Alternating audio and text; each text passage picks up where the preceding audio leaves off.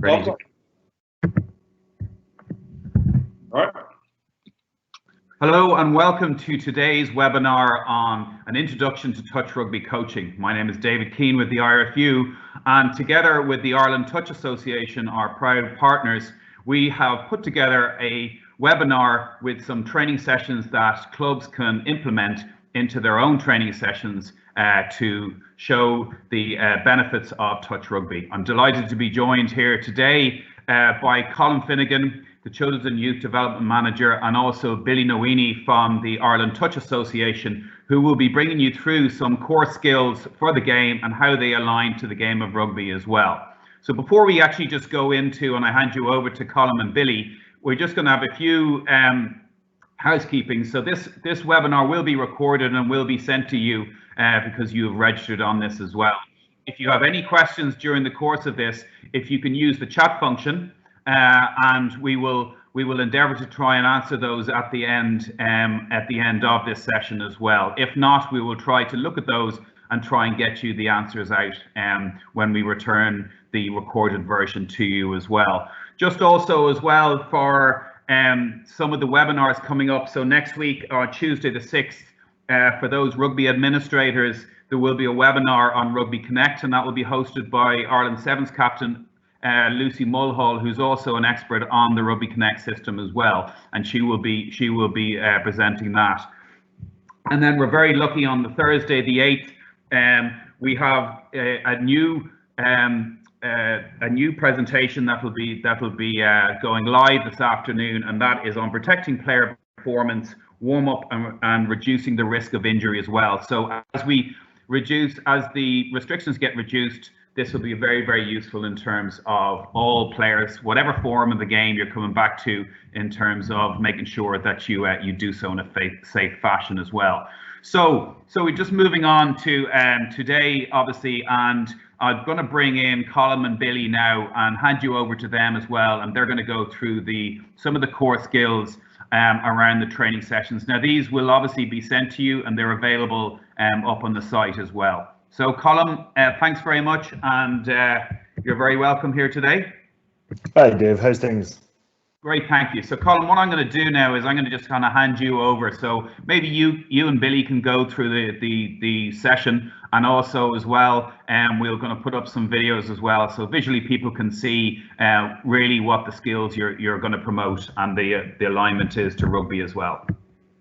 Thanks, Dave. Yeah, look, it's a really exciting webinar to be part of, and I'm really looking forward to drawing on some of Billy's knowledge and expertise in the touch arena. Just before we get started, one key thing that I really want to re-emphasize, and you've spoken about it there, is we need to be safe in getting back on pitch. We need to make sure we adopt and do all the guidelines and all those good processes that we've done before. And we're fully aware of the frustrations that people are feeling. We're feeling them as well, and we're working really hard to make sure that everyone gets back in a timely and safe fashion. It's going to be fun, and that's one of the reasons that we're really emphasising touch rugby in this current climate, is because it's a fast, fun element of the game, and it's high skill development.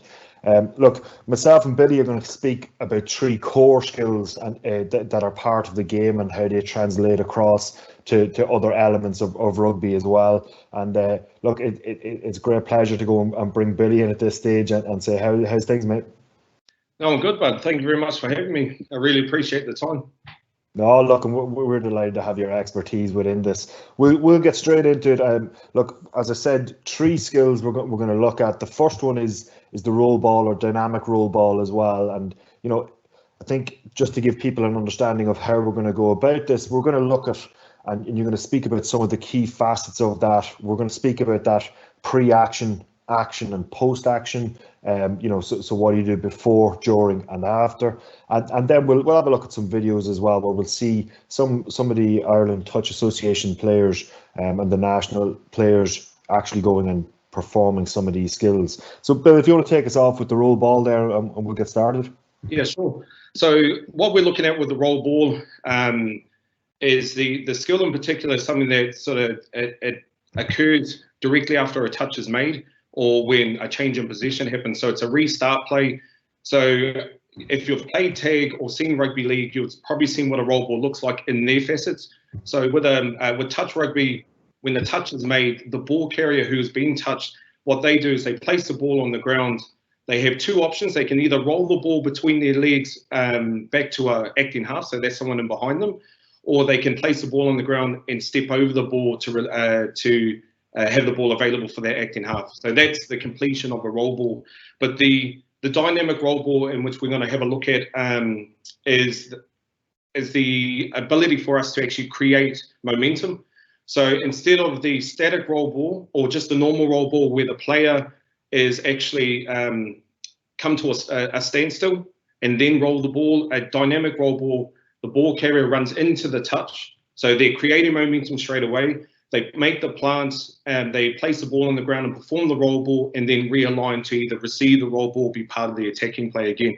So that's the dynamic roll ball. So in particular for this instance, you see that the person who is rolling the ball, and I think we've got one on the, so in this play here, you've got the ball carrier who quickly runs into the play, and then once the touch is made, she rolls that ball back to the acting half.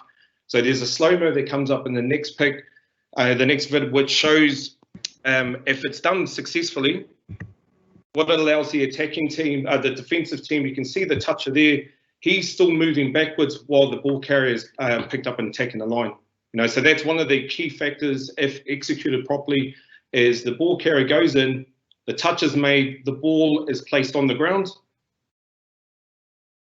And what it allows us to do, and it gives the attacking team the advantage of being able to attack the defensive side who is not yet on side, and therefore exploiting or allowing them to exploit an overlap or exploit space that's either on the wing or behind the line. And I suppose what I love about the well placed clip of yourself playing, you know, it's that alignment, realignment, the manipulation of the defense team. You can see the defense are almost powerless to stop that the score there, because you've done it so well. You've drawn them in and realigned really quickly. Just one I suppose quick question within that last clip. As you pick it up and you're going forward, playing as that dummy half, can you actually score yourself, or do you have to pass? No, so if they're acting half, the person who picks up the ball, if they are touched with the ball, then a change in position will occur. So even though we do encourage the acting half to try and create momentum or maintain that momentum by attacking the line, they cannot get touched with the ball. So they can either choose to execute that option of your 3v1s or the overlaps, or they can try and break the line and then look for somebody who's in space. An absolute key part of it there is that creation of space, and look, you know, we'll speak about it a lot as we speak about initiating touch and scoop, some of the other skills that are very core to playing touch, but you know, how things reflect and work across a number of different facets of rugby. You know, that creation of space and manipulating defenders, that's a huge part of the dynamic roll ball. Yeah, exactly. I think one of the other things you need to take into consideration is that this specific movement isn't used in rugby, obviously. So we don't go into contact by making a touch on the player. However, the skill involved, the gross and motor, the fine motor skills that are involved with handling the ball, being able to make the touch or being able to play the ball under pressure and then realign, that is something that will help any rugby player. And I think one of the benefits of that specific skill of roll ball is that within touch, it's a repetitive movement that everybody has to learn. So therefore, it's not a case of trying to get your forwards to do a drill constantly so they can actually improve themselves on that drill. This is an organic movement that just constantly happens throughout the game, throughout the match. So regardless of whether you know it or not, your ball handling skills are going to improve. Yeah, exactly. And look, you see, you know, you focus on the ball handling element there, and really adapting that low catch and how can we deal with maybe, you know, in other facets of the game, how we can deal with, you know, poor passes or bouncing balls, etc. A couple of things that I see, I suppose, from that is, that low approach, that low body position as you're coming forward, which is key in so many different facets of rugby as well, and across so many different formats. And then that support play. So if you're coming in as the dummy half, support play is a key part of all rugby, and you're really making sure that you're staying with that ball carrier at all times. No, exactly. And I think once the next skill that we're going to move on to is sort of in one of the next points that after you learn and sort of get better at the roll ball, is that we start to go to the next level where we can still create momentum, but also what we do by creating this momentum, which is the skill of initiating the touch. So when we look at that specific skill, the objectives are similar to the dynamic roll ball in the sense that we try and create momentum for the attacking team. However, the difference between the two is the amount of time that initiation of the touch will actually provide for the attacking team. So the difference with the skill of initiating the touch means we, as the attacking team, do not wait for the defensive side to touch us. So it's one of the only skills that are specific to, one of the only rules that are specific to touch rugby, is where the attacking team is allowed to dictate play by making the touch on the defensive side.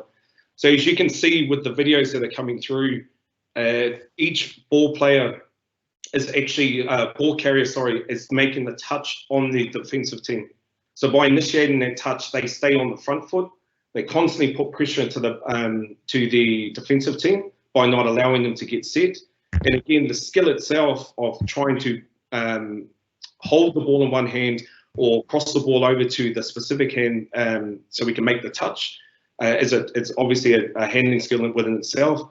Then there's doing that on momentum as well as realigning. So the working towards footwork, balance is something else that comes into play. Yeah, and look, I think you've mentioned there, I suppose, the manipulating the defence, and look, if it's a key part of all rugby is that manipulation and isolating the defenders, and that's exactly what you're doing here, where you're going and actually you're picking out, I suppose, the not the weak link, but a link that you can make weak within that, and identifying then where you want to go and play from that. So one of the things you spoke about there was that ball transfer, and again, if we speak, I know a lot of people on the webinar are maybe that 15-a-side rugby coach who are looking to incorporate touch rugby into their skills or into their clubs. The ball transfer, where might that actually go and I suppose be utilised in maybe a 15s format? Yeah.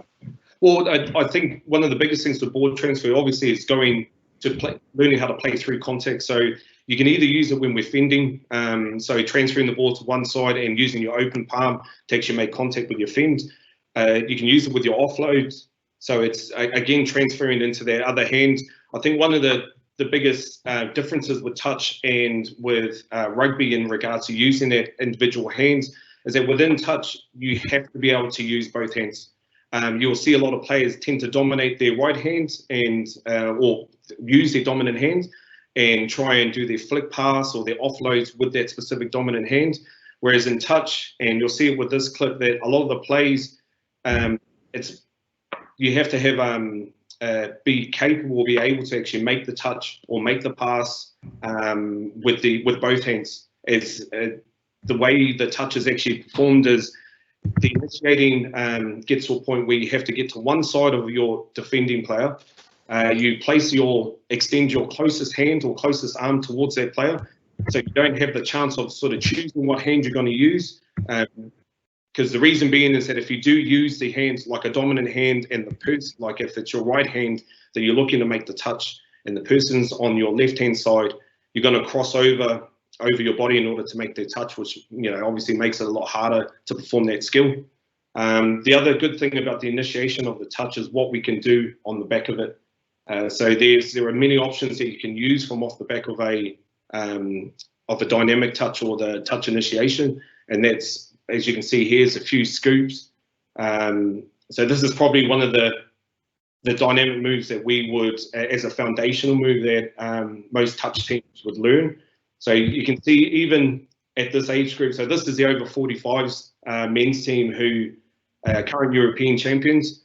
Even at this age group, you can see how these guys are still at the top of their game, but they can utilize that specific skill in order to break lines or get behind the defensive line. And you know, I suppose as you say there, it's initiating the touch and into the scoop, and we'll be drilling down a little bit more on that scoop now as well. You know, I think it's a really interesting key core skill within touch rugby is that scoop, and again, whilst you know some people mightn't really see the link, it really is transferable completely across all formats of the game. And you know how you get into that low body position, how you approach the ball when you're actually planning on making that scoop, you know, and then what do we do afterwards? Are we getting our head up and scanning and having a look around? Yeah, no, exactly. I think one of the, again, that specific movement isn't something that's really common in rugby in the 15s game, but you do have a lot of times where guys have to work outside their core, meaning catching passes at their feet, being able to pick the ball up off the ground, their speed. You see Jordan Lama's really good at it, and he's exampled that a few times. He's probably a really good touch player. But the fact is being able to work outside those core drills, those core skills are something that coaches tend to design specific drills in order to focus on those skills. Whereas obviously in a game of touch, it's a live organic drill based game. So it's something that's repetitive that you can constantly work on without even knowing, which is, you know, obviously a positive. And I think there, you know, a couple of the points that you've been touching on throughout the webinar being that skill development left and right. And oftentimes as players and coaches, we tend to go the side, you know, be that, you know, in the 15s in the tackle or initiating the touch here, you tend to go with the side that you're more comfortable. But touch really forces you to be ambidextrous and able to work off both sides. Yes, it does. I think one of the key things about touch is the fact that, like I pointed out beforehand, you can't rely on your ball players or your halves or your first receivers to be the guys who have to structure all your attacking play. So it allows guys who are hookers or maybe wingers who don't get to ball play and don't get to handle the ball to actually be a part of that specific strategy. So therefore, again, when we come to performing drills that are based around rugby, a lot of those guys will tend to just stay on the wing or stay in their specific position and not really get the chance to actually work on those. The other thing I sort of wanted to point out was on the back of these, being able to create that momentum with the initiating the touch is the abilities with obviously with the scoop, but it's the options that it allows you to choose while you play. So if you've got a team who's able to maintain that momentum, it gives you a few seconds to constantly play heads-up football.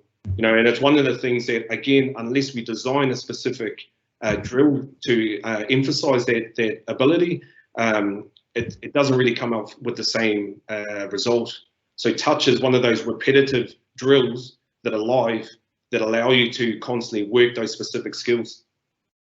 And you know, I think that's such a key point as we return to pitches now, especially is that gamification of skill development. So how can we go and do things in that fun but challenging environment through a game?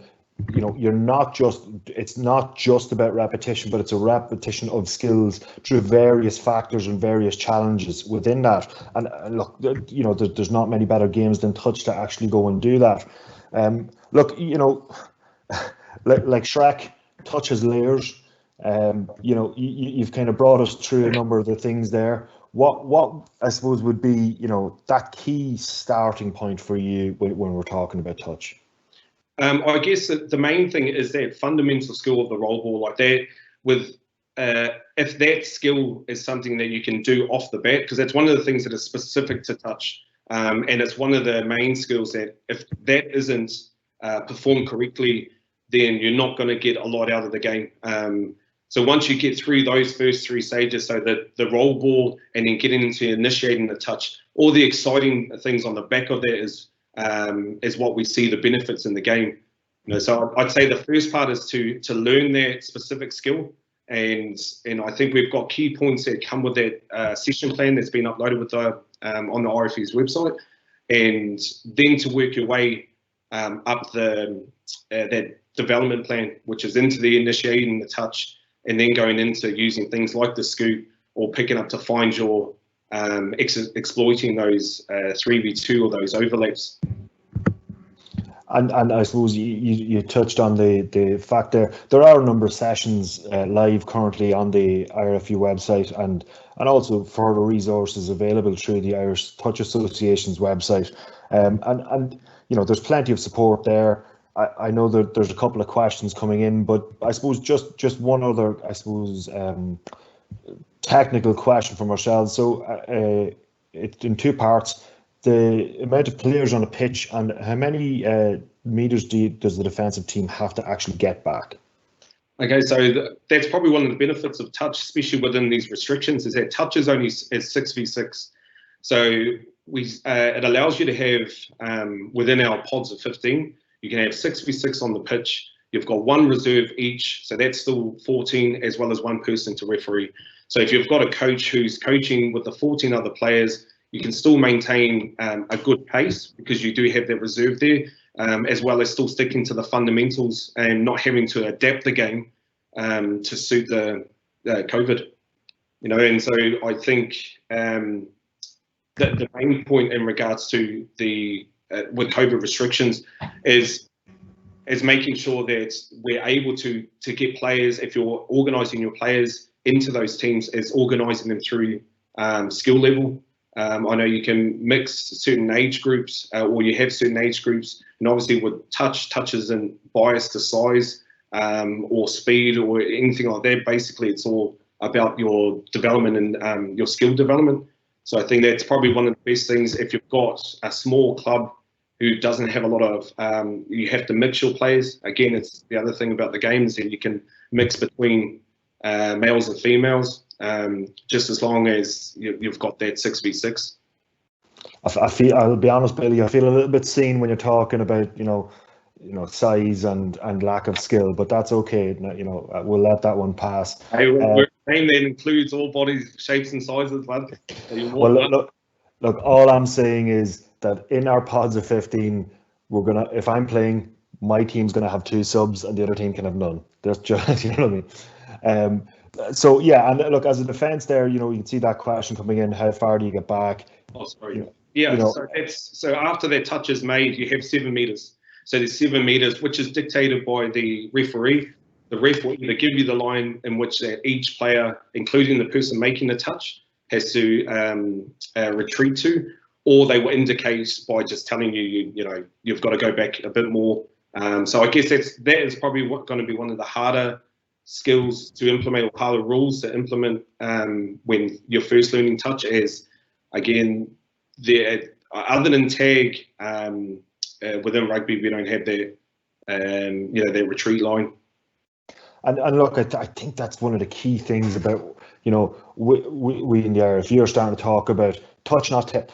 So, you know, we want to get away from that idea of just, oh, it's 2-hand tip and we just make our line, because you're challenging yourself with these layers and with that defensive line about how we work back and get back up off that, and it can be so beneficial, you know, through our skill development as we're going along. And that's why we're really, you know, I suppose as an organisation, along with the Irish Touch Association, really hoping that, you know, clubs take this on board. They take on board the opportunity to develop their players and create challenging situations. You know, Bill, thanks a million. What I'll do now is I'll hand back to David, and he might go through some of the questions that have been coming in.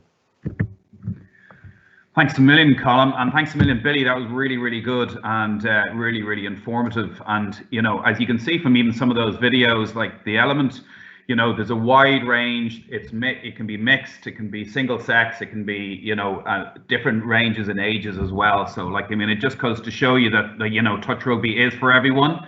And it's a fantastic game, and you can see from some of the videos that Billy showed, like how good and how skillful, and also as well is the ability for touch rugby to develop skills for rugby as well, and for your players as well. And you know, the feedback that we've had in the last couple of years for, you know, schools and clubs that have taken to touch rugby, it's found that their players, some of the players that have, you know, that have been playing it, they're fitter, their ball skills are better as well. and they become better players off the back of it. And I think this is, this is why touch rugby is such a good sport for that as well.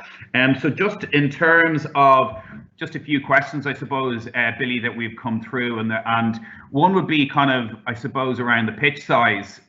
So if you're out in a club there, Billy, how, what size pitch do you need for touch rugby? Okay, so depending on the age group, if we're talking about youth players up, the pitch size is half a rugby pitch. So if you turn the pitch on its side, you've got, it's 50 by 70 meters, so 70 meters in length and then 50 meters in width. So at any club, you're able to run those at least 2 pods on 2 touch pitches. Yeah, thanks for that, Billy. And I suppose, as well as just for the clubs out there, as well as is the size of the pitch. So if you're talking about a half a rugby pitch, obviously then it's very, very important in terms of the numbers. You talked about the numbers per side, but obviously if you're talking about half a rugby pitch, then the more you have per side, then the less space that there is, and the less the game can be sort of slightly damaged, because there's less opportunity to go through those spaces when there's too many players on the pitch. So when you're actually looking from a club point of view, you're looking at that. You should look at the size that you're looking at and the numbers aside that you're actually going to play, because obviously, this will dictate in terms of how good the game is going to be, and how well you can actually play the game when there is space for people to attack on that as well. So Billy, so just how, one of the questions I suppose we've come through is how many touches do you get, and when is there really a turnover? Yeah, so you get 6 touches. So when the ball changes in possession, you have 6 touches in order to make your way up the pitch in order to score a try. So after those 6 touches, the change in position happens straight away wherever that last touch was made. So obviously, when we spoke about initiating the touch and creating that momentum, that is 70 meters that you have to cover in order to score. So it's important that once you learn those specific skills, that you apply them so that you can make as much ground as possible, because even when there is 6 touches to be made, where you're actually trying to make up that ground within 5, if not 4 touches. So what you'll tend to find is that it may look a little bit structured, especially when there's that constant momentum being created. But what it also helps you with is being able to constantly make calls as soon as a touch is made. So it's playing that heads-up football, which again, if done correctly, looks structured, but it's actually unstructured. And you'll tend to find that when they get out, when you get more experience at the game. But again, like you said, it's quite important that the 6 touches that you use in order to make the 70 meters is utilized properly. Yeah, thanks for that, Billy, as well. And just, I suppose, one of the things coming through is around sort of the rules of the game as well. So what we will be doing is, for anyone who's registered for this webinar, we will be sending you a short a basic introductory to the game from the rules point of view as well, which will simplify it for you and make it very easy. Obviously, Billy, maybe as well, in terms of, maybe you could let the people who are listening in as well know more about sort of just where they can access the full rules of touch rugby, and obviously linking into the Ireland Touch website. And what is the address for that? Yep, so on the Ireland Touch website, on irelandtouch.ie, we have all the full set of rules. So these are the international rules that can be implemented. Obviously, the rules are a lot more detailed, but I think the key is probably to have a look on the IRFU's website in regard to the stuff that we're pushing out next week. Is that right, Dave? The modified rules. Yeah. The other thing I did want to point out in regards to the session plans that have been designed is that a lot of the session plans, once you get them, you'll understand that they also have been adapted to smaller spaces. So if you don't have enough space to run a session, there are adaptations to those specific sessions, which is 4v4. So if you've got less numbers or people left over that can't join the pod, there's also those adaptations that are involved with their session plans. Great stuff. And one thing I suppose, and for those maybe who've played tag rugby before, is one of the questions come through quite a lot here on our chat function is there kicking? And no, so unfortunately there's no kicking. So you can't kick yourself out of trouble. You can't use that as an aspect to try and gain territory. So again, it emphasises the ability to generate momentum by using ball skills, exploiting space, timing running onto the ball, so we can guarantee to make up that space. So unfortunately, well, not unfortunately, it's fortunately, it's one of those games that constantly puts pressure on ball skills and forces you to improve those ball skills. Yeah, and that's the main thing, Billy, isn't it? It's about, like, being under pressure and being able to, you know, react under pressure and sort of, you know, fight your way out. If you're close to your own line, is fight your way out and find space and find basically opportunities to get out of there.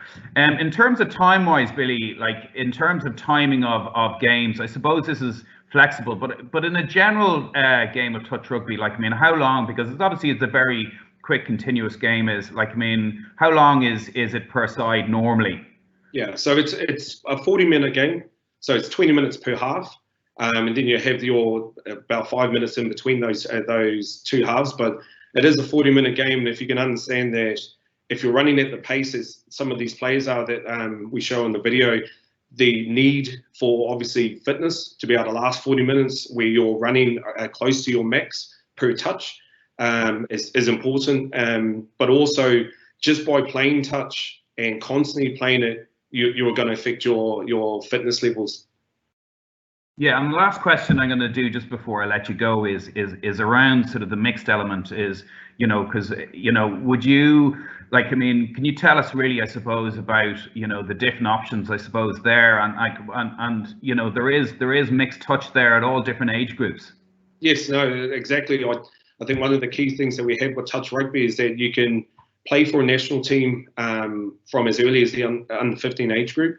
So the under 15s who play in a European competition, they play in the World Cup, and they play against all of the developing rugby nation teams, as well as a few others, as you see on the video. There's Germany, but there are a lot of second tier rugby nations who play.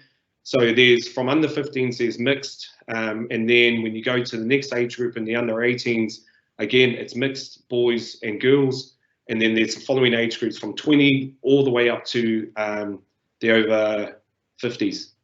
You know, and so like there's a level for everybody, there's a grade for everyone. You don't have to stop playing once you're in your twilight years. Okay, so there's the opportunity to continuously play. I'm not looking at you there, Colin, but you can take it how you want it. But there is that opportunity. It truly is a game for life. It's a game that allows you to play regardless of what your stature is and what your age is. So it's really good in that sense. Yeah, that's brilliant. And like, I suppose the one thing that I really see is, I suppose, the opportunity for schools and you know, playing mixed touch in PE and you know, because it is such a good healthy game. And like, we will be doing case studies this month from the IRFU, which will be going up on our site around the health benefits of touch rugby. So there's a lot of things on the line for touch rugby going forward.